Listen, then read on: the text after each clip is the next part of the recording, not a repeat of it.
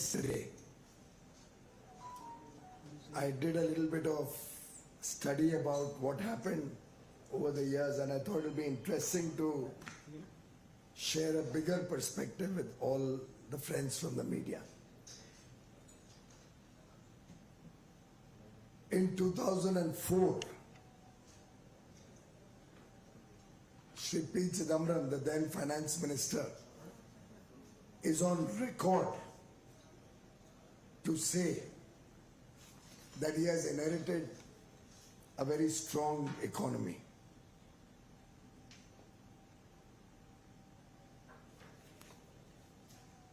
At that time, the growth rate was over 8%. Inflation was around 4%, 4.25%.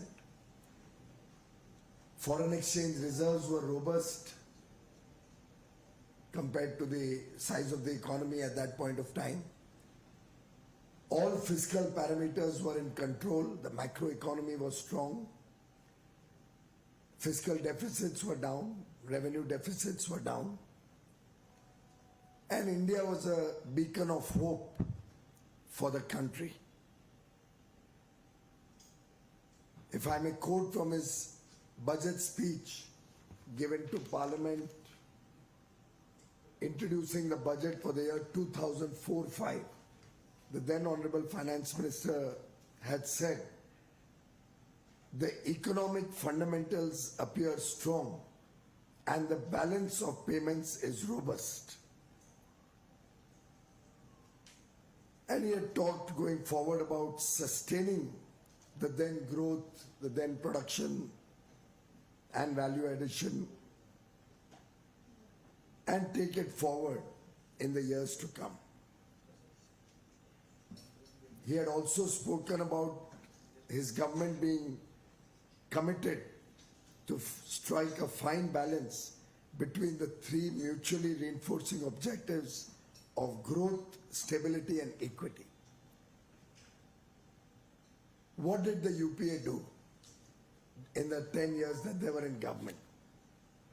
Of course, I can ask a question that I have read 10 speeches of the UPA government.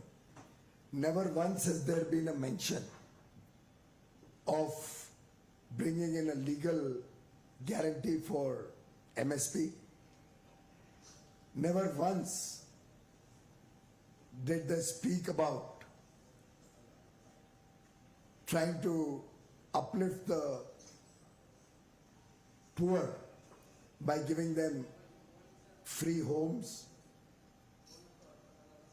giving them free insurance, giving them free food grains, or ensuring that every household has access to electricity, has access to cooking gas, LPG cylinders, has access to clean drinking water, has access to digital connectivity, has access to toilets. And in 10 years of the UPA government, they brought the nation down to a growth rate of about 4.4% that was inherited by Prime Minister Shri Narendra Modi.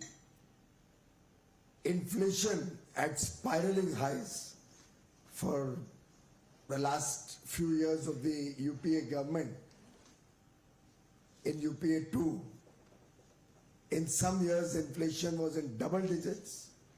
Core food inflation had gone up to over 13%.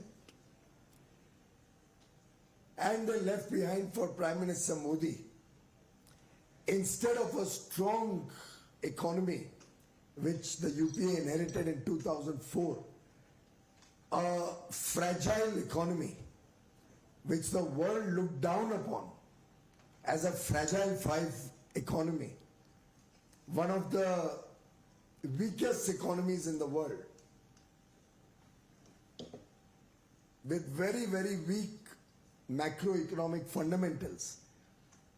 In 2014, Mr. Chidambaram, Mr. Rahul Gandhi, Srimati Sonia Gandhi ji, the then chairperson of the UPA, who was micromanaging the affairs of government through the back door, left behind for the country high fiscal deficits, high inflation, high interest rates, low growth, very low foreign exchange reserves. Some of the reserves were propped up by artificially borrowing non-resident FCNRB loans at exorbitant interest rates just to temporarily shore up foreign exchange. In every respect, the 10 years of the UPA were a failed experiment, reflected a failed government, reflected a failed governance model, and brought the country and the people of the country to their knees in terms of quality of life, in terms of equity, which he spoke about, in terms of inclusive growth, in terms of ensuring the welfare of the farmers, the welfare of the poor, a better future for the MSMEs. And we saw crony capitalism at its worst, with corruption scandals surfacing regularly during their period, and not small corruption scandals. At that point of time, to have a Colgate of 1,86,000 crores, where the Congress party gave irregular allotments to their cronies, business friends, of coal mines, valuable national resources, free of charge, without any due process. And the Supreme Court had to cancel over 190 coal blocks in September 2014, clearly putting a mark of approval on the irregular and corrupt practices of the Congress party. One after another, corruption scandals tumbled out of the UPA regime. And when we came to 2014, Mr. Chidambaram, again finance minister, was trying to justify the failure of their government by talking about world economic growth being low, falling, the global risks mapped by international agencies, acknowledging the failure of his government in achieving fiscal consolidation, price stability, self-sufficiency in food, or reviving the growth cycle, by justifying it on global factors. When speaking about the state of economy, and I quote from his speech, he says in para 6, "Let me begin with the good news. The fiscal deficit for 13-14 will be contained at 4.6% of GDP. I'm quoting from his speech. The UPA had taken fiscal deficit right up to 9.1%. And the good news was it is down to 4.6% after nearly 5 years. More importantly, he's talking of current account deficit being contained a little bit and adding 15 billion to foreign currency reserves in that year. Only 15 billion US dollars as good news.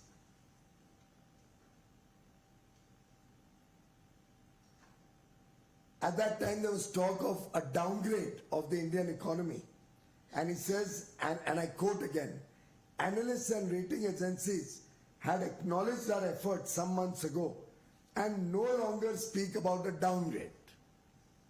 So clearly, the atmosphere was one of depression, despondency and despair under the UPA government, and international agencies were talking about a downgrade. He was hoping that domestic experts will agree with the UPA government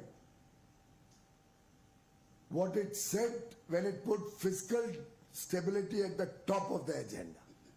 This is a quote from his speech, that fiscal stability should be at the top of the agenda.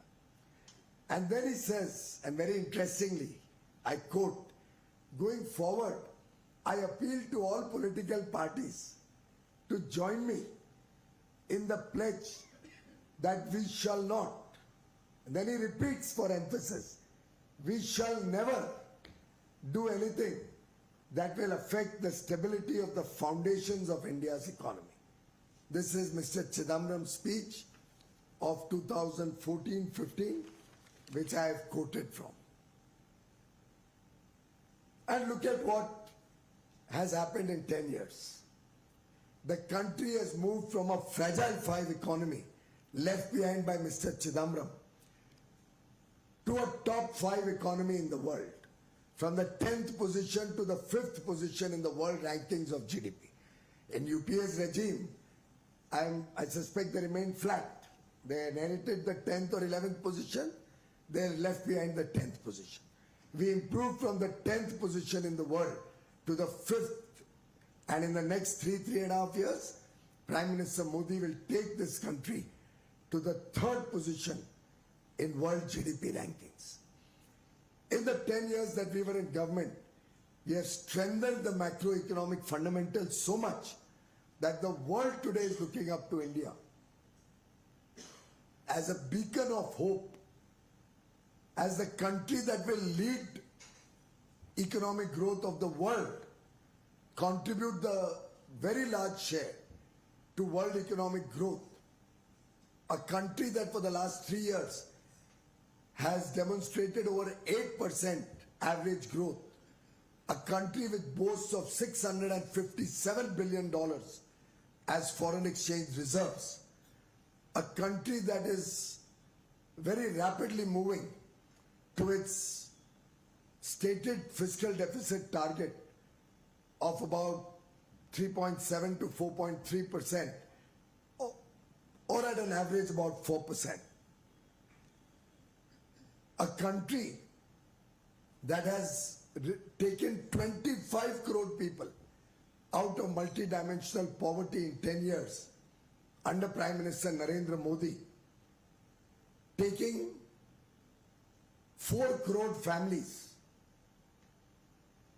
out of poverty by giving them a free home, providing 12 crore families with a free toilet, ensuring the dignity and well-being of the women of our country, of our girl children, provided every home with a LPG gas connection,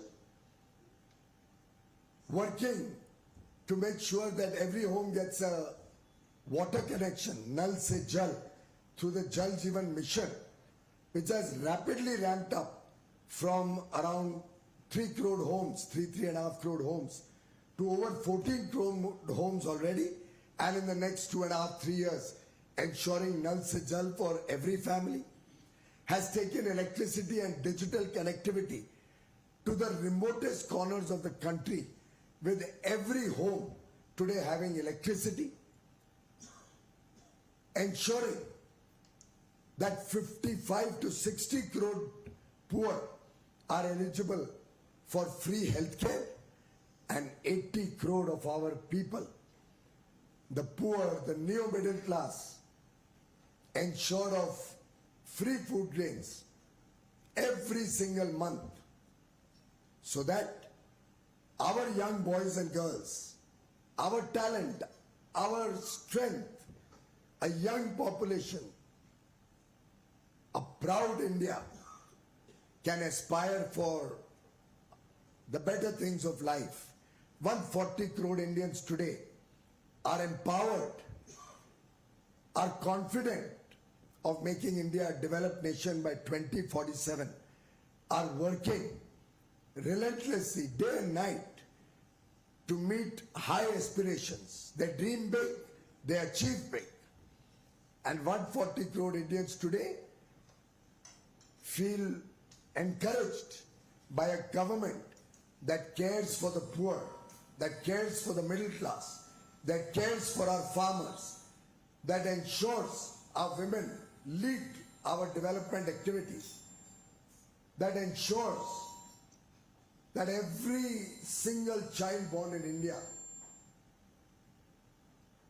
has the ability to be the artist, to be the shaper of his own destiny, to craft their own destiny.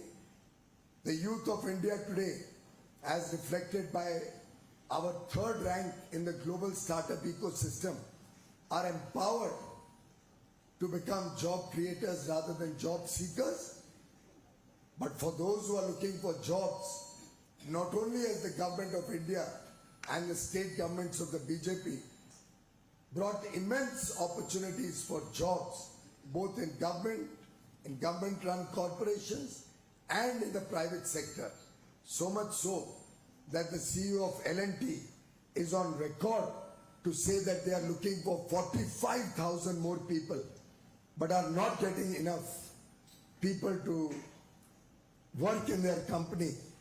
And he is also on record to mention that in their IT division, they are looking for 25,000 more people.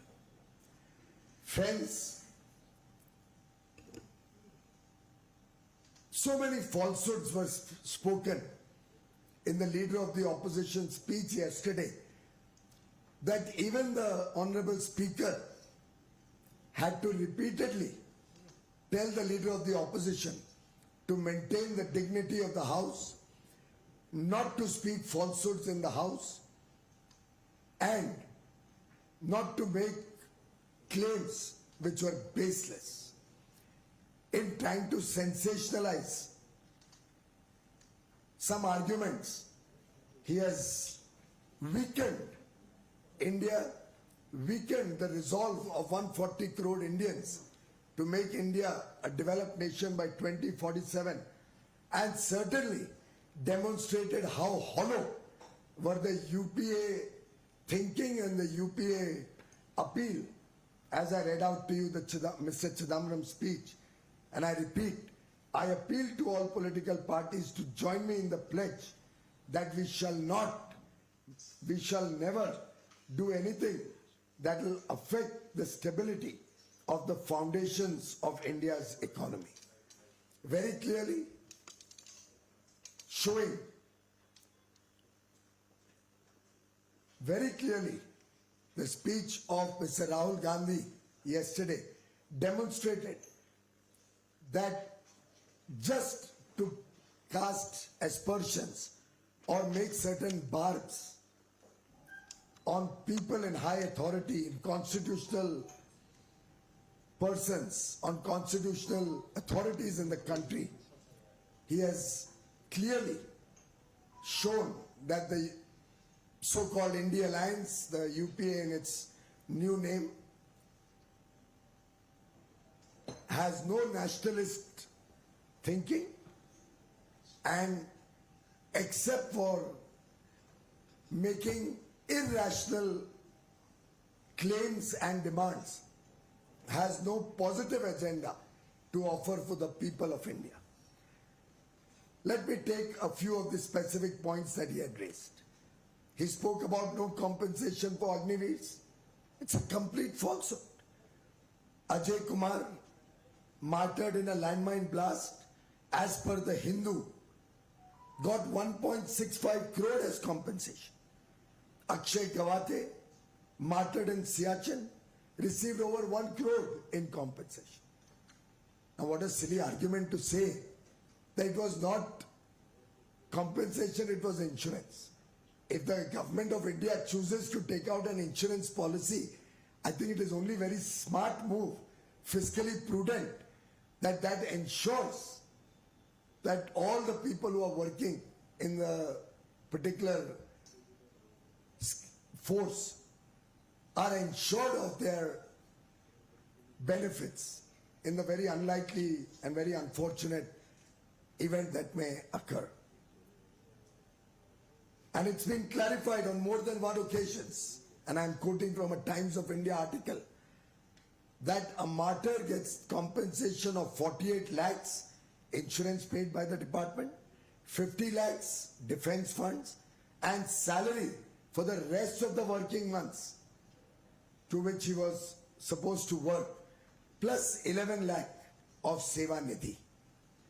Friends, Mr. Rahul Gandhi is today talking of Agniveer pension, but sadly he doesn't remember how his late grandmother, Srimati Indira Gandhi, had snatched away one rank, one pension from the army in 1973. He has totally forgotten to check the records how the Third Pay Commission in 1973 reduced the pensions of soldiers while increasing the pensions of civilians. He does not seem to remember, in the worst instance, how his late father, Shri Rahul Gandhi ji, introduced Fourth Pay Commission, which not just reduced the salaries but caused an asymmetry in the pay scales of armed forces officers and their equivalent officers in the Indian police force.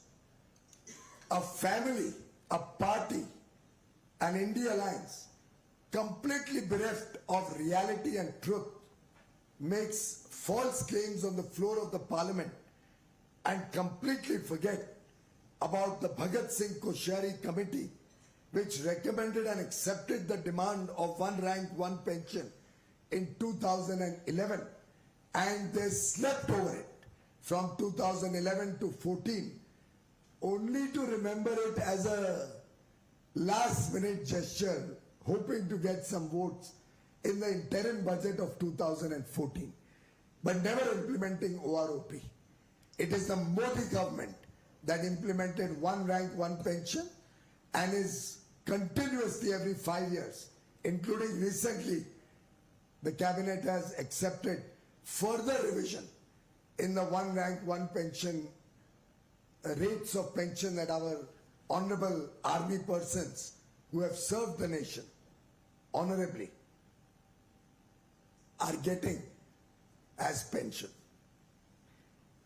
The ISM chairman, Major General Satbir Singh, retired, told Times of India around 22,000 medals were deposited with the president during 2009 to 11 with the resolution to take this back once OROP was implemented. Even that did not move the then UPA and now rechristened as India Alliance, because the partners are the same. And even at that point of time, they did not relent or accept and implement the OROP. He speaks about tax terrorism. I think it is only right that all those who looted the country, all those who defrauded the banking system, all those who received coal blocks or telecom licenses irregularly, without due process, without making any payment, or making unjust decisions by any authority, should be brought to the book. And when all the scamsters of the UPA regime are being brought to book, I think the Congress party has deep sympathy with all those who have cheated the country.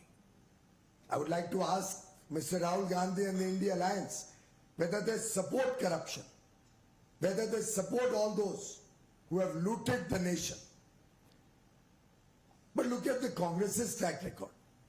In 2012, the UPA brought an amendment to tax retrospectively foreign investors in India, to tax a transaction that happened in 2007, retrospectively to overturn a Supreme Court judgment that weakened India as an investment destination, and people across the world lost hope in the future of India.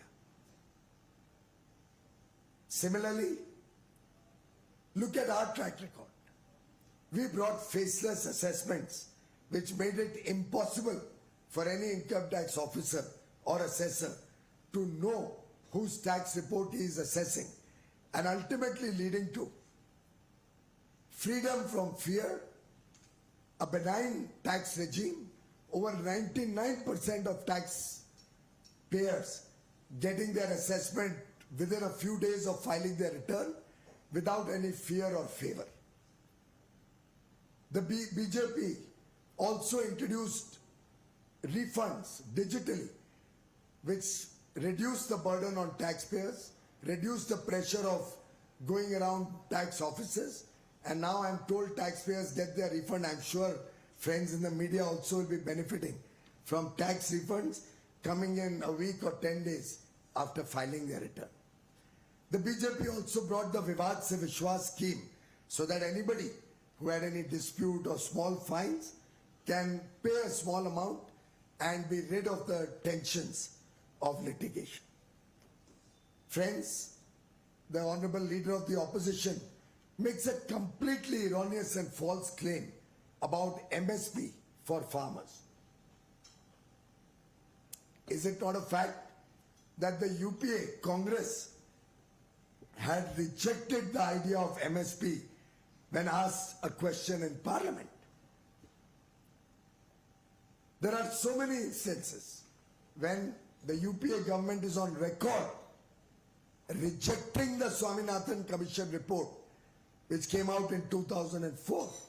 Why did they not guarantee cost plus 50% in the 10 years that the UPA was in power? It is Mr. Modi who came in and guaranteed the farmers MSP at cost plus 50%.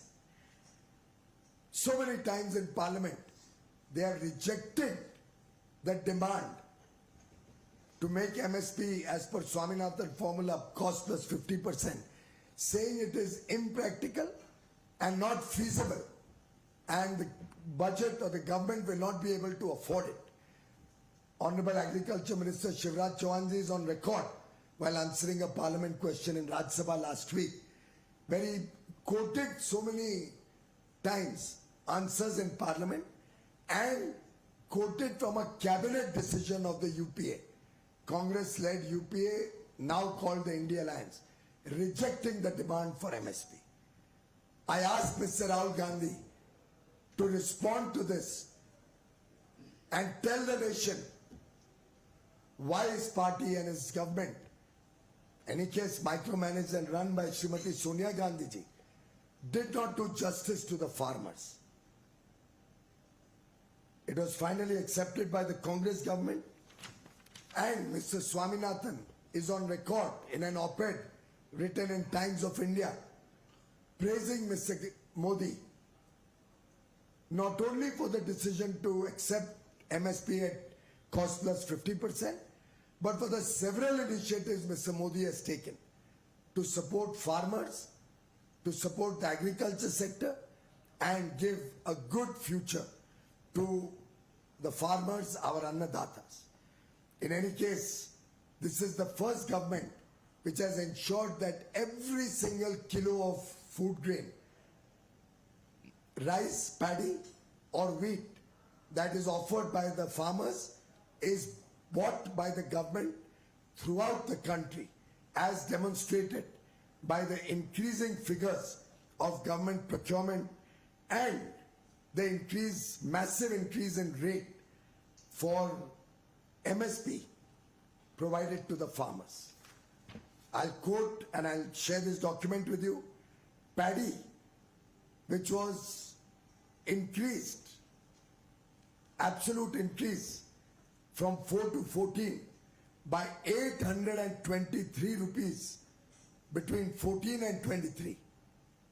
The paddy rate of MSP was increased by Mr. Modi's government by 823 rupees during the NDA Alliance government of 10 years. And through this period, the government has procured paddy worth almost 1,59,660 in the year 23-24 versus only 63,927 procured in 13-14.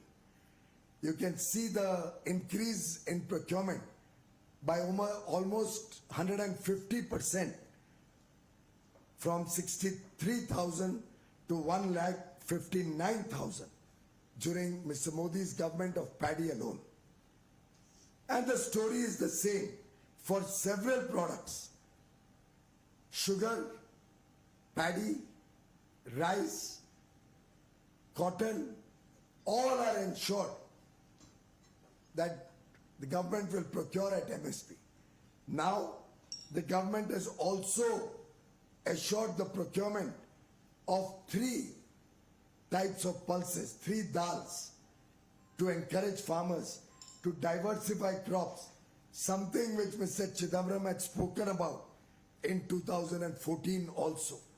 I can read out from his speech when he talks about agriculture. He does not mention about MSP even once in any of his speech.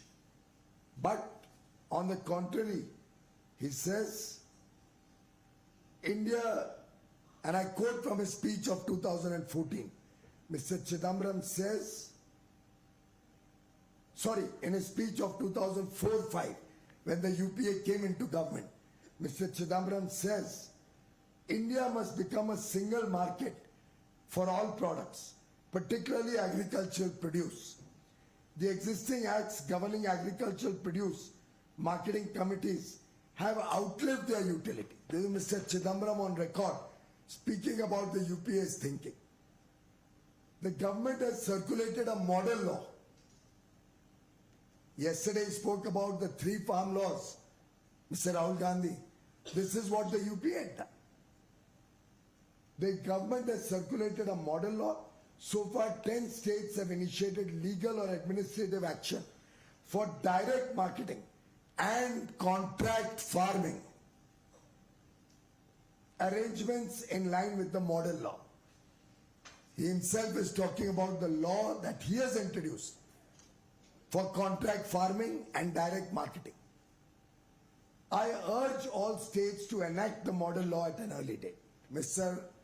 Chidambaram, Finance Minister of UPA, now called India Alliance, and now an honorable member of Rajya Sabha, senior leader, so-called economist. These are his comments in 2004-5 budget.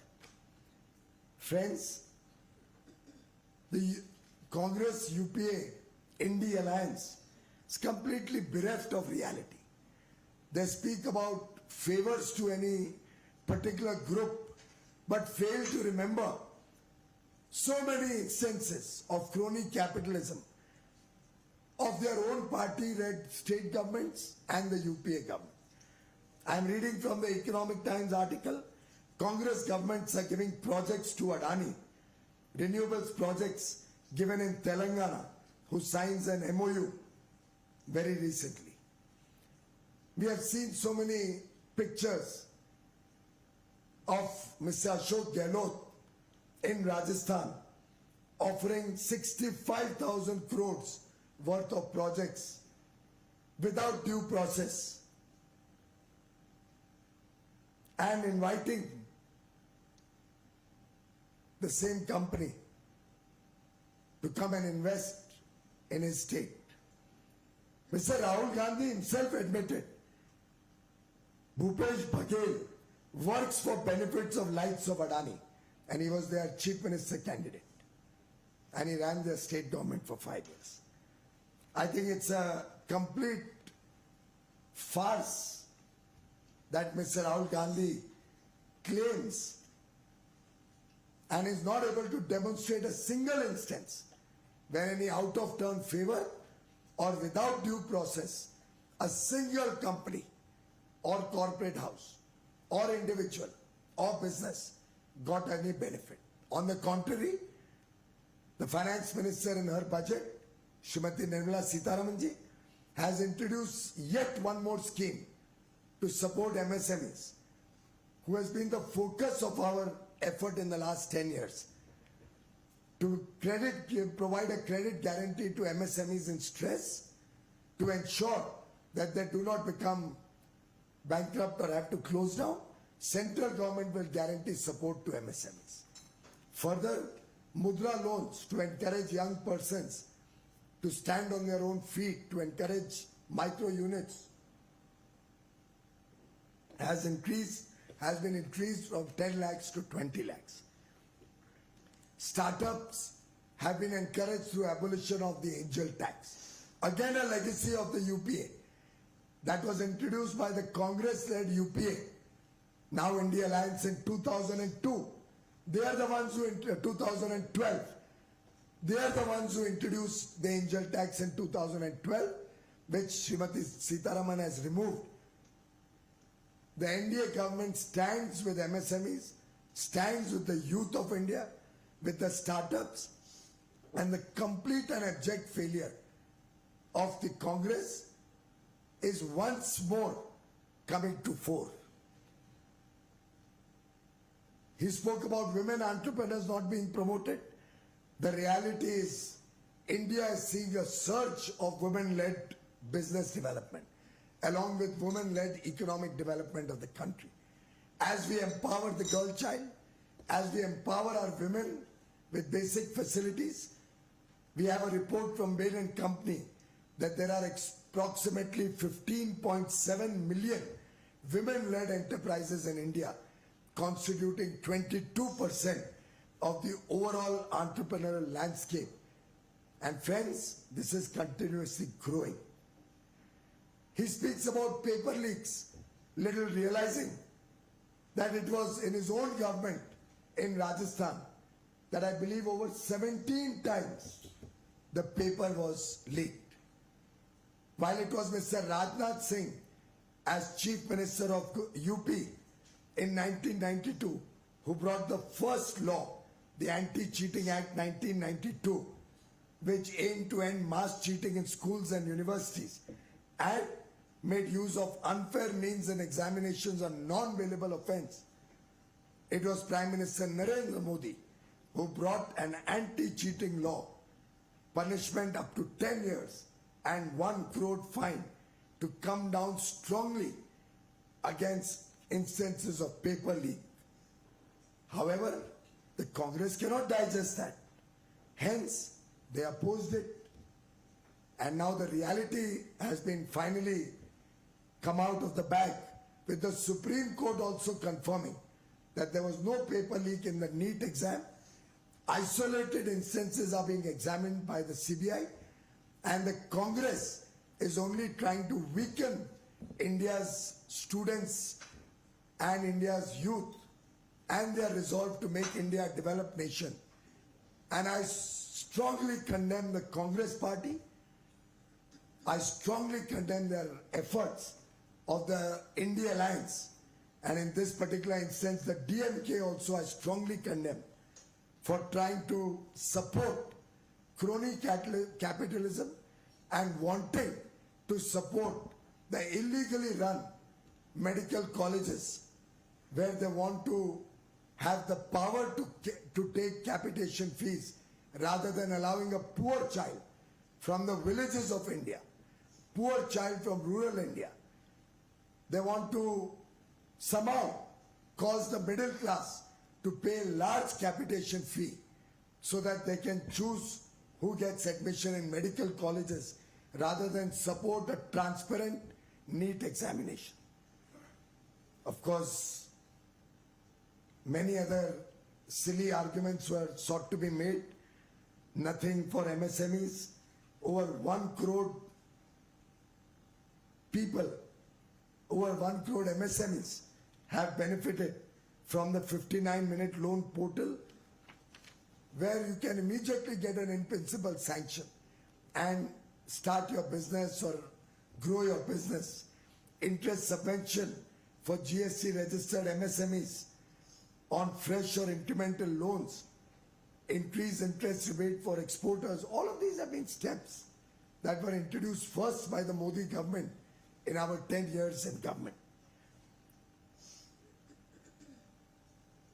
GEM has been a robust example of the Modi government's efforts to promote small and medium micro units to be able to contribute to the procurement of government.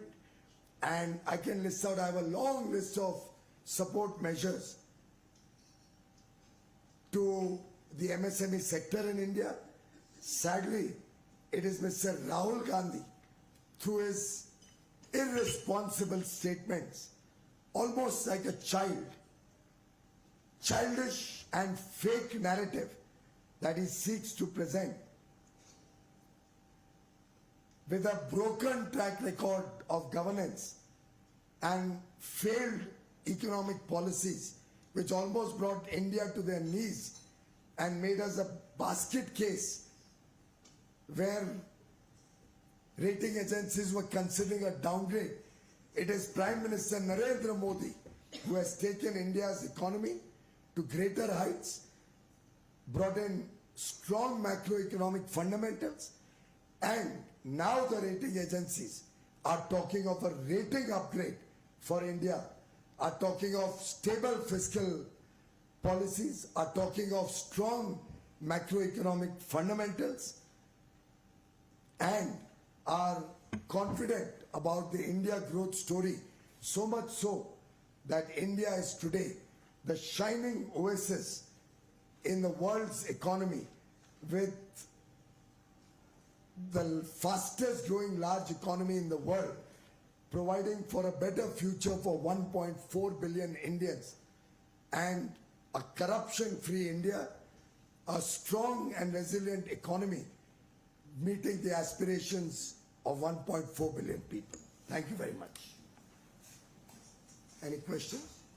देश की जनता चतरियों में घिरी हुई है, 6 तरह की चतरियों बताया उन्होंने इन लोगों से, और हलवे पे जो बूस्टर की बात की, हाँ सेंसस की हलवा बहुत ही दुर्भाग्यपूर्ण है।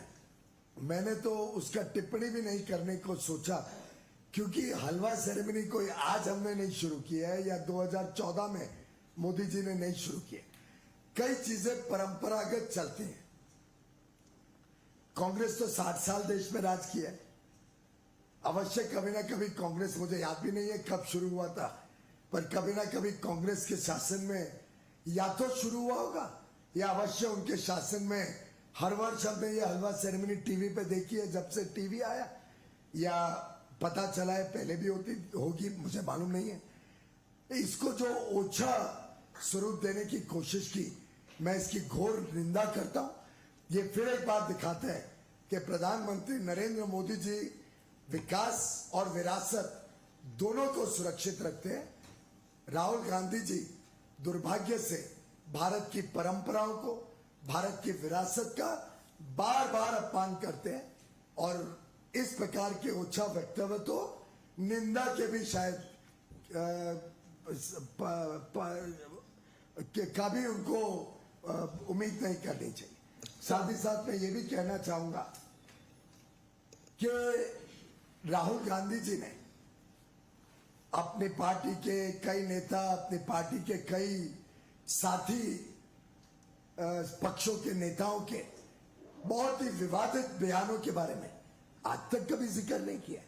क्या उन्होंने निंदा की है जब उनके पार्टी इंडी अलायंस के सदस्य डीएमके के बड़े वरिष्ठ नेता, मुख्यमंत्री का लड़का, पूर्व केंद्रीय मंत्री जो आज लोकसभा में सांसद हैं, जिस प्रकार के विवादित भाषण करते हैं, सनातन धर्म का अपमान करते हैं, जब उनके पूर्व सांसद, जनता ने उनको हरा दिया बैंगलोर में, के सुरेश जो उप मुख्यमंत्री शिव कुमार जी के भाई हैं, जब वो एक विवादित भाषण करते हैं कि हमारा प्रदेश जितने पैसे केंद्र में देता है उतने पैसे वापस आने चाहिए, उस प्रकार के भाषण करता है और कहता है अगर ये नहीं होगा तो दक्षिणी राज्यों को सोचना पड़ेगा कि वो भारत संघ में रहे कि नहीं रहे। मैं घोर निंदा करता हूं इंडिया अलायंस की और उनके नेताओं की। देश का विभाजन करने की जो इंडिया अलायंस की कोशिश है वो निंदनीय है, दुर्भाग्यशाली है और घृणा के पात्र है। सर उसके सामने प्रधानमंत्री मोदी जी जो वंचित प्रदेश रहे, जो पूर्व के प्रदेश रहे, पूर्वोत्तर के प्रदेश रहे, उनका समुचित विकास, देश के 140 करोड़ का विकास, जो वंचित, जो पीड़ित लोग हैं उनको पहला अधिकार है देश के साधनों का।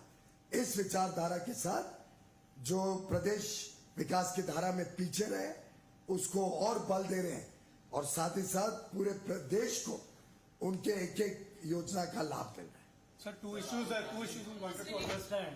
Like one, finance minister's post-budget commentary, and even in the economic survey, this chief economic advisors talking about that there is a case for rethinking on the Chinese investments in India, and there is an industry's demand. Well, economic also. advisors- Please let me complete.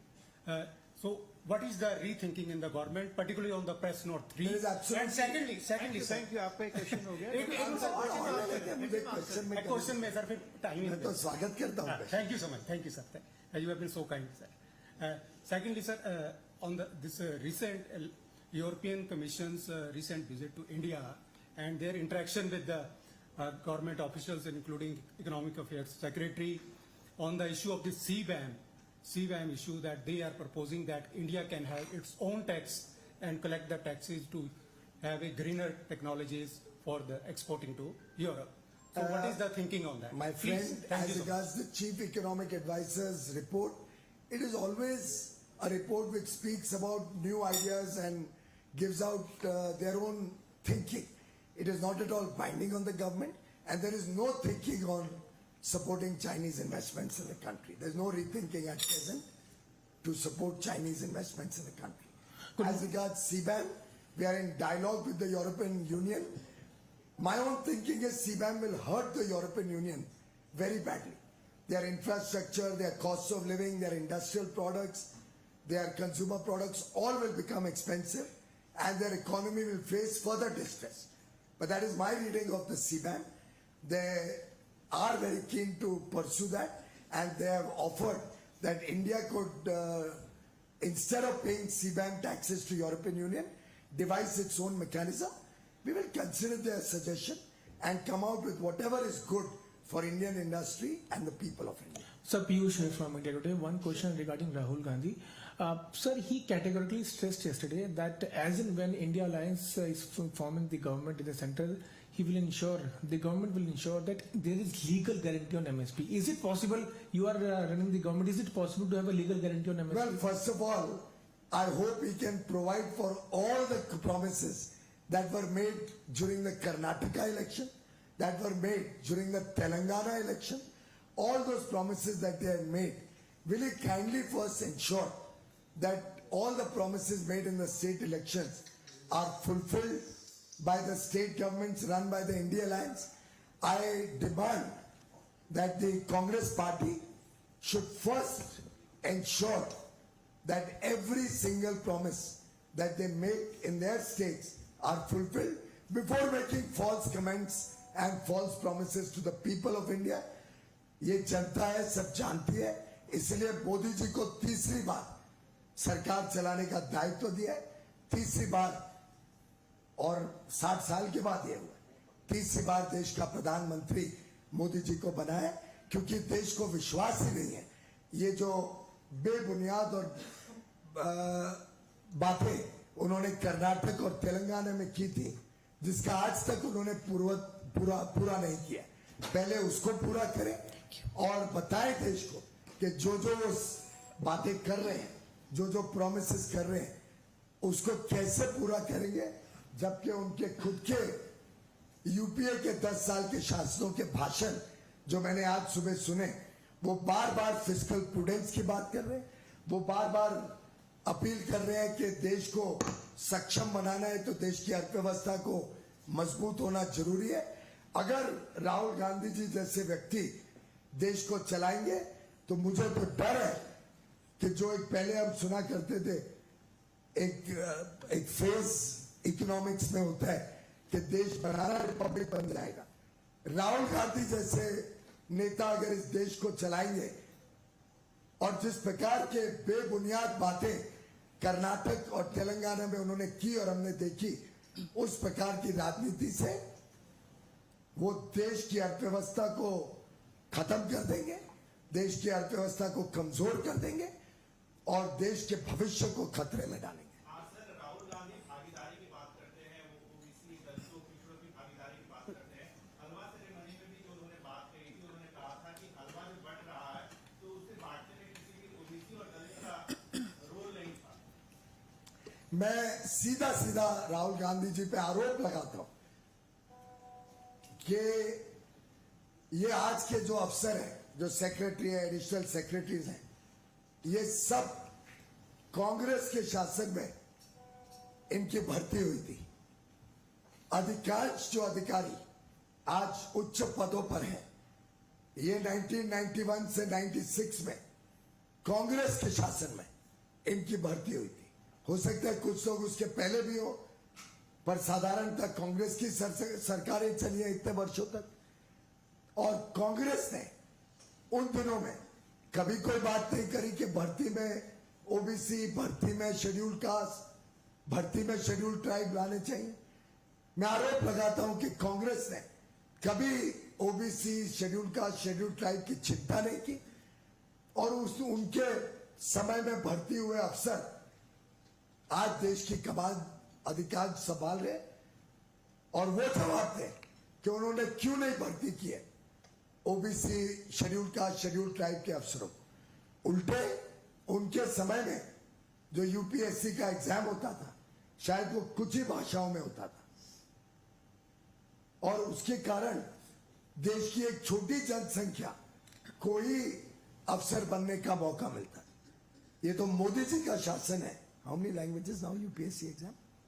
Just Google, जिसमें UPSC का exam अब देश के अन्य भाषाओं में भी एक गांव गरीब परिवार को भी, एक मध्यम वर्ग परिवार को भी अपने मातृभाषा में एग्जाम देके देश में सेवा करने का मौका मिलता है।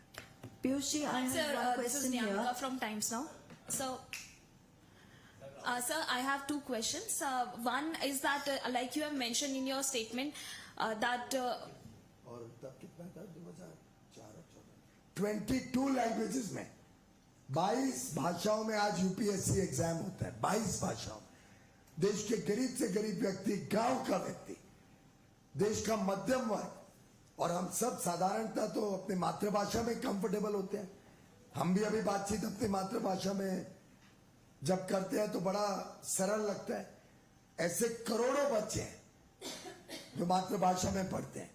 कांग्रेस ने वर्षों वर्षों तक यूपीएससी को एक सिलेक्ट ग्रुप का, एक सिलेक्ट प्रिफर्ड ग्रुप का, एक कुछ ही लोगों का क्लब बना रखा था। ये मोदी जी की सरकार है जिसने 22 भाषाओं में यूपीएससी एग्जाम देके गरीब से गरीब व्यक्ति, मध्यम वर्ग के व्यक्ति को, गांव के व्यक्ति को, schedule caste, schedule tribe, OBC व्यक्तियों को सरकार में नौकरी करने के लिए सक्षम बनाया, उनको आत्मनिर्भर बनाया, उनको ताकत दी, बल दी कि वो भी पूरे आत्मविश्वास के साथ यूपीएससी एग्जाम देके भागीदारी दे सके देश की कमान चलाने। Sir, like you have mentioned in your statement, once again this debate regarding North versus South has been started by the Congress party's leaders, which also includes DK Suresh as well as Karti Chidambaram. And DK Suresh has once again mentioned that if this unfair treatment will be continued by the central government for the southern states, then there will be a divide which can be created between the North and the South. In fact, Karti Chidambaram has also mentioned that why so much of violence has been erupting in the other states for Kawad Yatra while it is very much peaceful in Tamil Nadu. How would you want to react to जब it? तक प्रधानमंत्री नरेंद्र मोदी जी प्रदेश के प्रधानमंत्री है और जब तक Bharatiya Janata party का एक भी कार्यकर्ता हो, इस देश की जनता 140 करोड़ लोग और भारतीय जनता पार्टी और एनडीए अलायंस कभी भी इस देश का विभाजन नहीं होने देगी। कांग्रेस पार्टी और इंडिया अलायंस बार बार देश के विभाजन की बात करते हैं, बार बार धमकी देते हैं कि देश को तोड़ देंगे। मैं घोर निंदा करता हूं उनसे मांग करता हूं कि राहुल गांधी इस पर स्पष्टीकरण करें, सदन पर खड़े होकर स्पष्टीकरण करें कि उनकी सनातन धर्म के बारे में क्या सोच है। उनकी देश के विभाजन करने वाले वक्तव्य जो उनकी पार्टी के एमपी, जो उनके पार्टी के नेता करते हैं, उसके बारे में स्पष्टीकरण करें। और अगर वो नहीं करते हैं तो ये स्पष्ट होगा कि कांग्रेस और इंडिया अलायंस देश को तोड़ना चाहती है, पर मोदी जी और भारतीय जनता पार्टी देश को एक रखेंगे। सरदार वल्लभ भाई पटेल के सपने को, सरदार वल्लभ भाई पटेल के काम को कभी कमजोर नहीं होने देंगे। यहां तक कि हमने कश्मीर, जम्मू कश्मीर तक देश का अभिन्न अंग बनाया।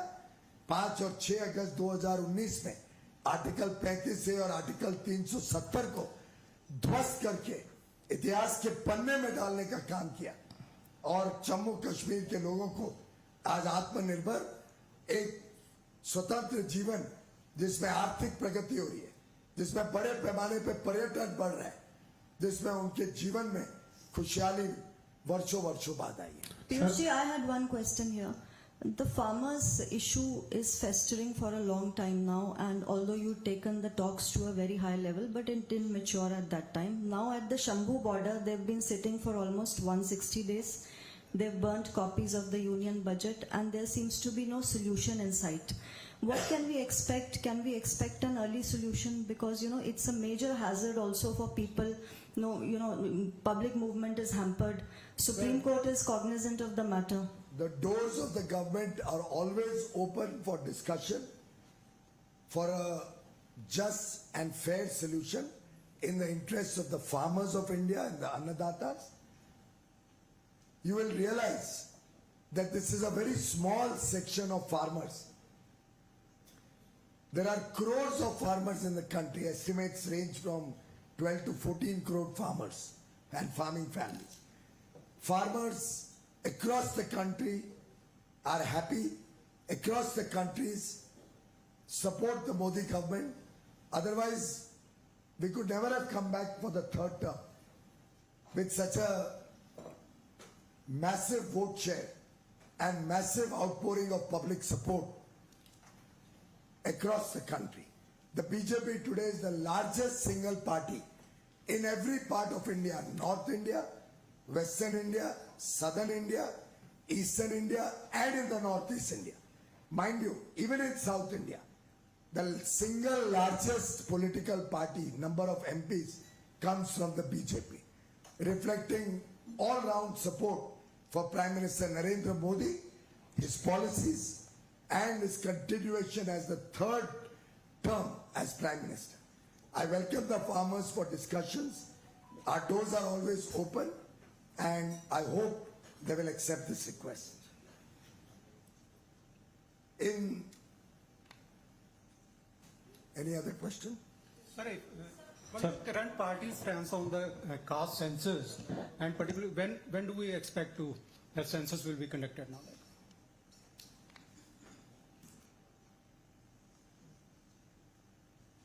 Well, the Congress party keeps talking about this issue again and again. I would like to ask the Congress party and the India Alliance,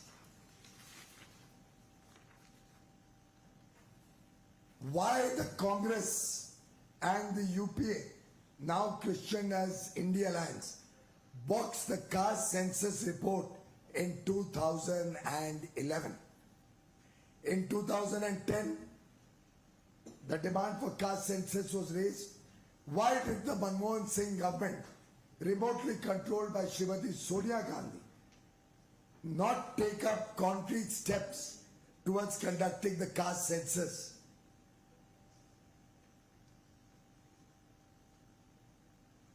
The SCCC conducted in 2011 a socio-economic caste census. It aimed to identify households living below the poverty line, and provide data on socio-economic indicators including caste. मैं UPA so called India alliance की बात कर रहा हूं. उन्होंने 2011 के एससीसीसी के cast data को कभी रिलीज नहीं किया. 5,000 करोड़ खर्च हुए थे इस एससीसीसी को कंडक्ट करने के लिए. मैं आरोप लगाता हूं कि कांग्रेस की करनी में कुछ है, कहने में कुछ है. ये झूठे वादे करते हैं, झूठी बातें करते हैं. उनका ट्रैक रिकॉर्ड देश के सामने स्पष्ट रूप से लोग देखते हैं कि उनके झूठ और फरेब में भारत की जनता नहीं आने वाली. सर अगर आप अलाउ पार्लियामेंट नहीं ये का क्वेश्चन तो अगेन आस्किंग पार्लियामेंट का टाइम हो गया. हाँ सर कास्ट सेंसस पे और सेंसस थैंक यू. सेंसस नहीं ये तो यूपीए के ऊपर एलिगेशन है ना ये आपका क्या कोई टाइम लाइन सेंसस का सर होम मिनिस्ट्री देखिए bypass commerce and industry thank you sir लंबी हुई बताए होम मिनिस्ट्री